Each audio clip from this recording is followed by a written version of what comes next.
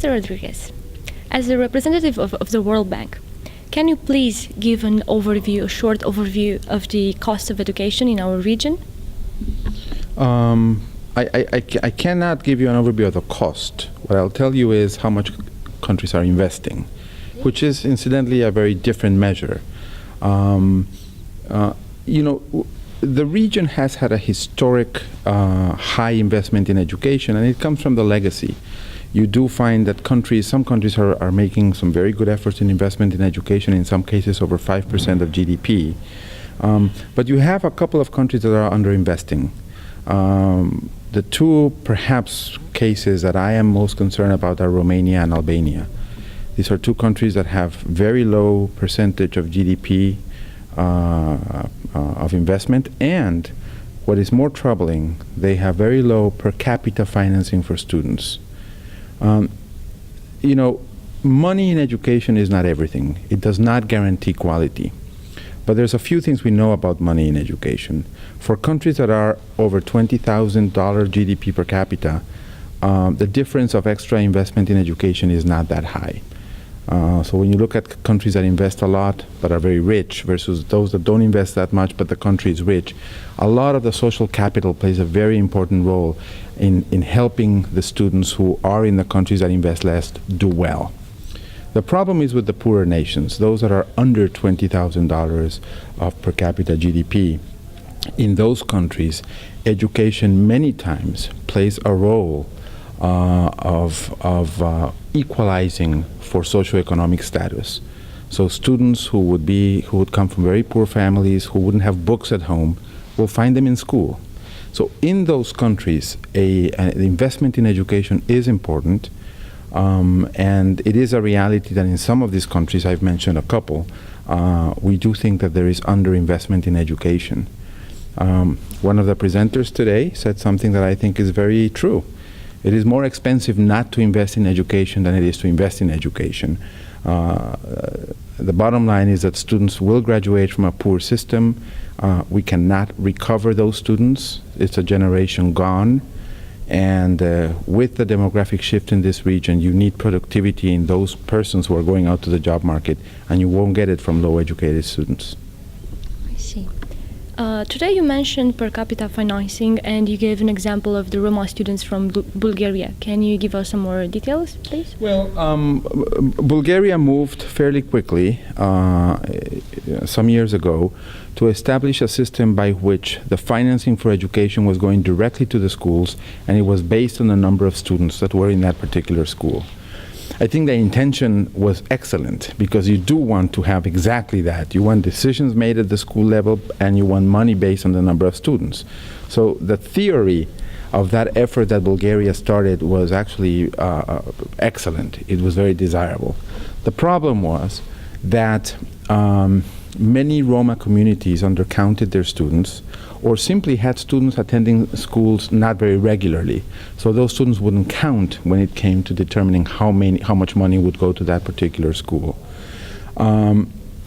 We only learned this after studying what had happened, because what we saw was that there was a higher dropout of Roma students once that system was implemented. And when we went in to study why this was the reason, the schools that were attended by the Roma students had been underfunded as a result of this undercounting. I think there are a number of lessons there. One lesson is these are complex processes. They're not straightforward. The theory sometimes is very beautiful, but the practice has to be done very carefully and very systematically. A second lesson that I think it's important is a lesson about Roma integration. Part of the problem is that the Roma are segregated, and therefore the schools serving the Roma population are in Roma communities with Roma teachers under this environment, and therefore it was easy for those schools to fall into these cracks of the student counting. Had the Roma students been integrated into the broader education system in Bulgaria, you would have not found that, because they would have been counted among all the other students of the system without falling into this issue of undercounting for Roma populations. So it raises also questions about the challenges of Roma integration and the way we provide educational services to students. I won't go any further because the challenges are much more complex than that. The fact that many Roma students are placed into schools for students with disabilities for no other reason than because they're Roma and they may have a different language, and therefore, as a result, they're not learning at the same rate, and therefore they're disabled, which is an absolute fallacy, and one more element for Roma segregation that is wrong, it's immoral, and it's inappropriate. How do you think schooling can prepare youth from today for the labor markets about, let's say, 2030? By providing flexible skills. That's the answer. There is no curriculum today that is going to prepare a student for the job market that they're going to face in a few years. The job market is changing very rapidly, and it's changing rapidly because the economies are changing very rapidly. We are in a different world. You know, when your parents or your grandparents left to the job market, they would usually expect to do one job in their lives, and then they would do that job, and that was it. Today, the average number of jobs that a person does during a lifetime is 12. So you cannot prepare someone to do 12 different jobs. What you have to give that person is the flexible skills so that they can learn as they go out to the job market. They're good learners. So what is that? Well, that is basic skills. People need to be able to read, write, and do arithmetic. Those are the basic skills that will allow you to be ready to be taught, to be trained. I'm very concerned with educational systems that do early vocational tracking, because they send students very rapidly to occupational trainings at age 12 or 13 sometimes. The student becomes a welder. Once they have the first job, they don't have the second one because the economy changes and they don't need more welders, and that student is not trainable.